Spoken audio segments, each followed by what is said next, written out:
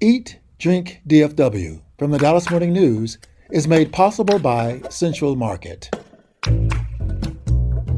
Hello, and welcome to Eat, Drink, DFW, the podcast from the Dallas Morning News food team.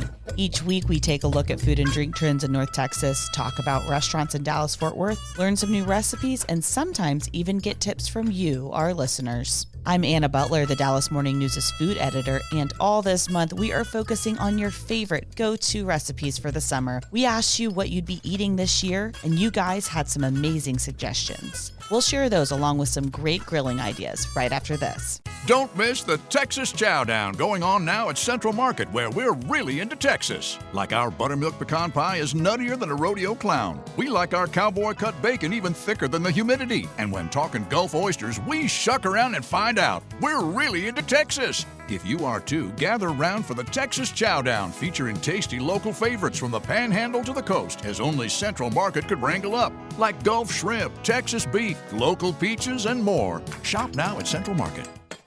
For the latest food and restaurant news, visit dallasnews.com/food. Also, we'd love to hear from you, so email us at eatdrink@dallasnews.com. Today, I am joined by our food writers Sarah Blaskovich and Imelda Garcia, who have been collecting recipes from readers and listeners for weeks now. Honestly, nobody wants to be in a hot kitchen right now, so what are some easy options? Nobody wants to be in a kitchen, and let me tell you something that I found on Instagram. Do you remember Martha Stewart, right? I remember Martha Stewart, yeah. Of course. So she made this corn in a cup, the way we eat in Mexico City. You take the corn and you put some mayo on it and then some cheese. And then in Mexico, we put some chilito, like a spicy one. But she made it with cayenne pepper. And I was like, what is that? Instead of the chili. Yeah, it's like this is a new recipe for Martha, perhaps Imelda, a recipe you've been eating your whole life. Yeah, and everywhere in Mexico. It's very popular over there. Well, I'm so glad she found it. That's how I felt when the rest of America found out about ranch water. All right, fair enough. We come to something when we come to it. But Imelda, I'm going to take your advice first on how to make elotes. Yeah, and I have another recipe for you today. For the summer, every Hispanic family always eats caldo de res. You know what caldo de res is? Beef soup with vegetables. And you will say, but why do you eat a hot plate? I was just about to ask that. Yeah, what is happening there? So the logic behind the dish is, okay, it's summer. It's really hot, right? So you had to be hotter so you feel fresh with the weather. Ooh, this is sort of like if you get a sunburn and you take a hot shower, it takes the burn out of it. That's the theory, right? Okay, I don't actually know if that works. I don't either. But that's the logic of Hispanic moms. But the recipe is really easy. I mean, you take your beef meat, right? And potatoes, some zucchini, carrots, chayote squash, and corn on the cob, even cabbage. So you mix everything together and you put it some salt with water, and that's it. I mean, you just boil it. And maybe you can add some mint leaves. While it's cooking or after? No, with the cooking, while it's cooking. You cook the mint in the broth. Correct. What does the mint do to it? It gives you more taste. It's a mom's secret right there. It sounds very fresh. Yeah, but let me give you a warning, guys. You are going to sweat like a pig after you eat this. But then you're going to feel great because, of course, you sweat all the hot inside of you and now you are fresh. Yeah, it's a very good recipe. And now Anna, it's writing down right now. I think she's going to try it. I don't know. Generations of Hispanic families have to be onto something here. Well, I'm excited about this next recipe because we've heard from so many different family members on this, and Imelda's sister reached out to us with a recipe. Well, hello. My name is Fernanda, and I am here in Denton, and my favorite summer recipe is chilaquiles. I watched this chilaquiles recipe in TikTok online, and this is my go-to since, especially when I don't have a lot of time on my hands or when I had too many margaritas, summer margaritas the day before. So this recipe, of course, depends on the quantity you will be making and everything, but the measurements that I have is technically for one serving. So we'll need either soft tortillas, or you can also use some tortilla chips. We'll need water, tahini, and some hot sauce. So this is, of course, optional. So if we are making the chips from scratch, of course, we'll need to fry those soft tortillas first in a pan so we can give it a chilaquiles some texture, some crunchiness, of course.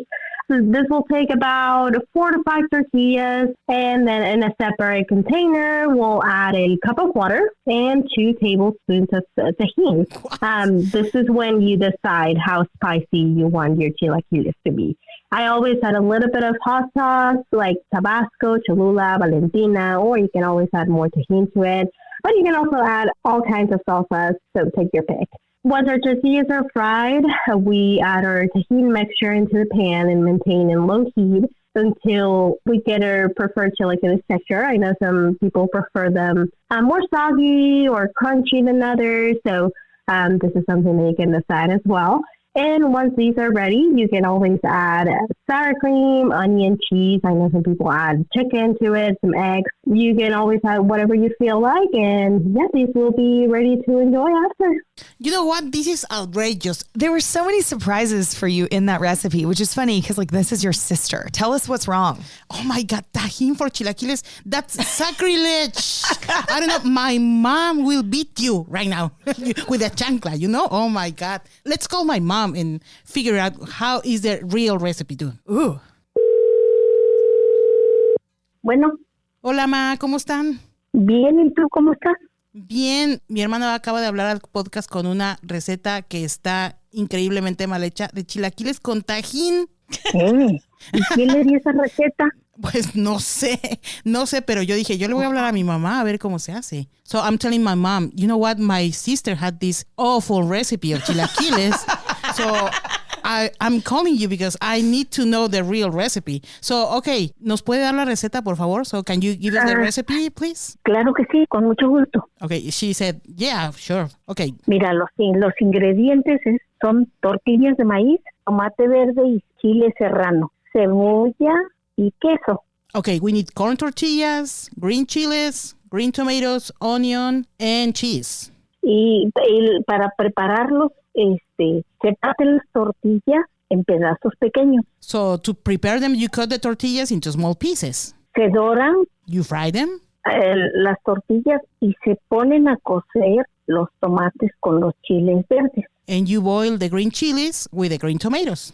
Y se muelen. Then you grind them. Ya que hayas molido el tomate y el chile, ya tienes listo para que se preparen y se sirvan calientitos. So when you have your salsa ready, so you prepare the whole plate with the corn tortillas and you serve them really hot. Pero también tienes lista cebolla picada, queso fresco rallado o queso para gratinar. And you must be ready with chopped onion or fresh cheese or grated cheese. Y luego ya que los vayas a servir calientitos, Ajá. le pones en el recipiente donde están las tortillas doradas, ponle la cebolla y sal. So when you are ready to serve them, you add more onion and salt. Ajá. Ya que eso que esté calientito, agregas el chile, lo que moliste, los chiles, And then you add the salsa. y lo mueves bien y checas que tenga la suficiente sal. Oh, and you check on the salt, if it's okay with the salt. Y eso es todo. And that's it. You have the perfect chilaquiles right there from a real Mexican mom. Wonderful. And apparently it's so much better than Sister Fernanda's. Dice que son se escuchan mucho mejor que los de mi hermana Fernanda y definitivamente sí se escuchan mejor. Sí, quién sabe quién le daría esa receta a tu hermana. Who knows where did she find that recipe that is so wrong, she said. So Okay. Mama agrees with you. Sí. Yeah. Okay, muchas gracias, Ma. Ándale pues, cuídate mucho. Un Bye. abrazo. Bye. Bye. Bye. So that's the real chilaquiles recipe, guys. Your sweet sister. I know, right? She's going to be like, you threw me right under that bus. All I'm trying to do is add the spices I want to add. I know, right? Okay, well, as you guys know, we're big fans of outdoor cooking, and not just in the summertime. In my house, we've been making a lot of vegetables on the grill and on the smoker. There are lots of things you can do on your grill. Our friend Drew, who we profiled in the Dallas Morning News because of his Michelin travels throughout Texas, reached out with his favorite summer burger. Hey guys, this is Drew, the Michelin Man, and I have a fantastic burger recipe that I think is perfect for summertime.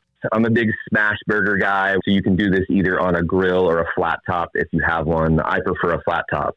So, all right, I've got some aggressive burger opinions that I'm going to throw out here. I think this is the type of stuff that would really stir up a comment section, so If you disagree, that's totally fine. But these are my tough, strong burger opinions. So I love a Martin's potato bun. I think any squishy potato bun is fine. I like to toast them for just a little bit of structure, and that's not really for taste. It's just the ability to hold the sauce without the bun turning to mush.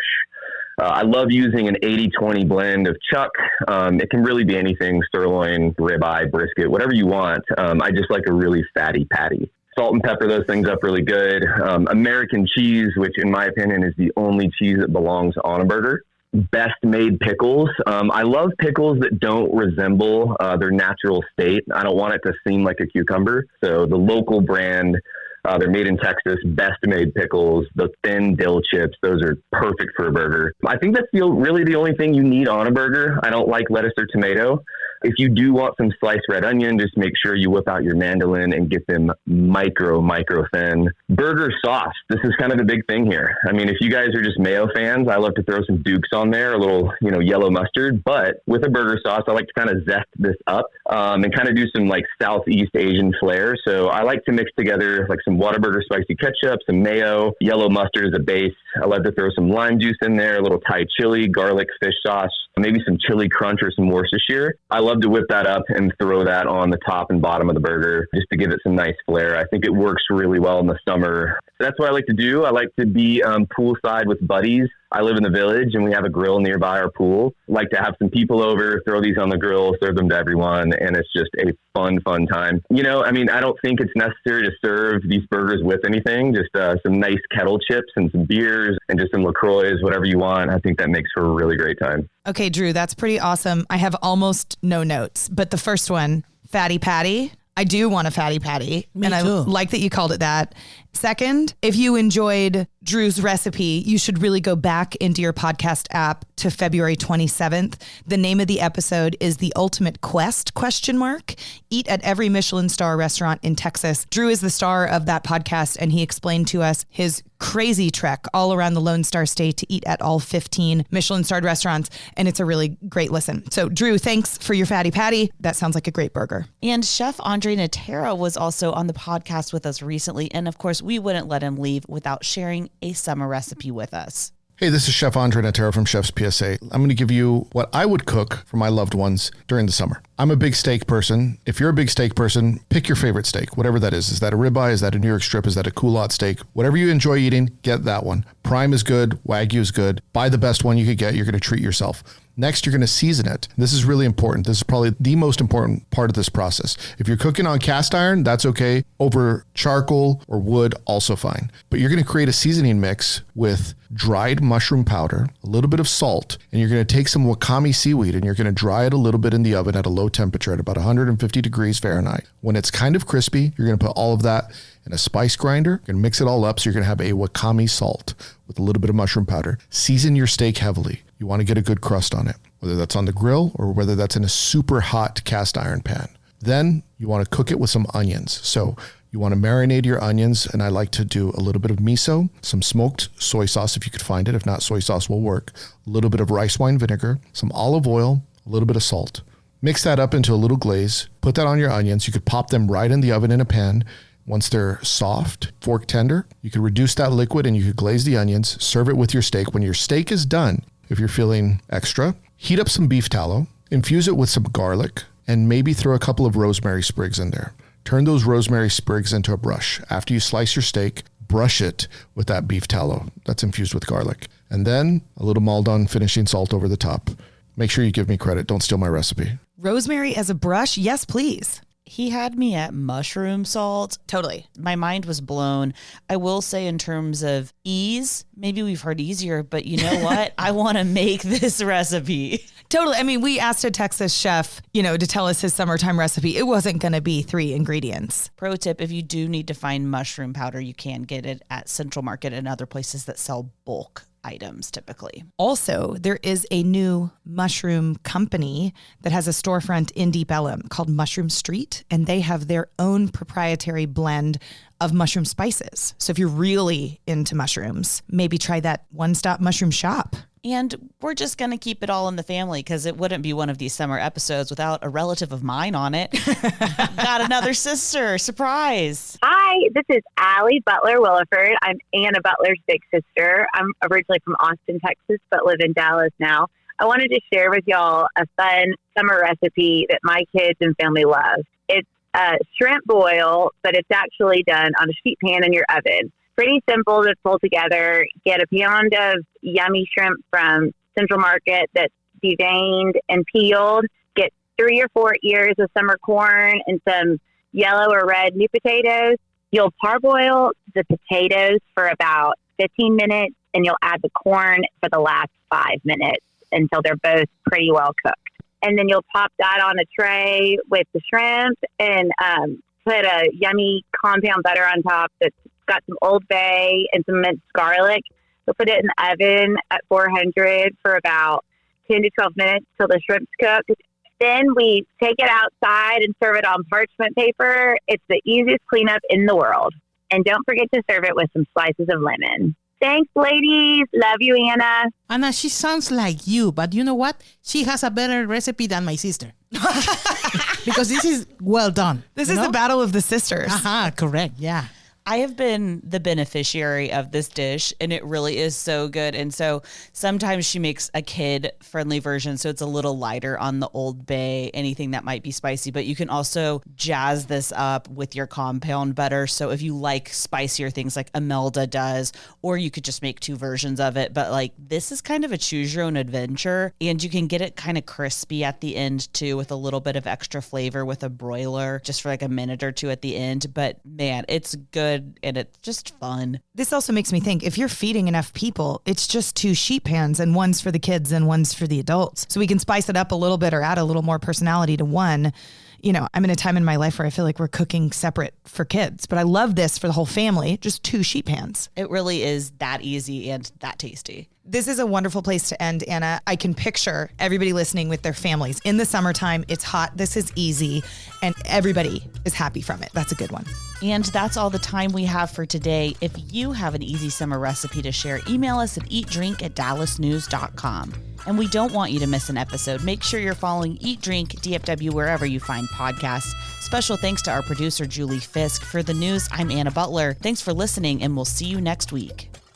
Eat, Drink, DFW from the Dallas Morning News is made possible by Central Market.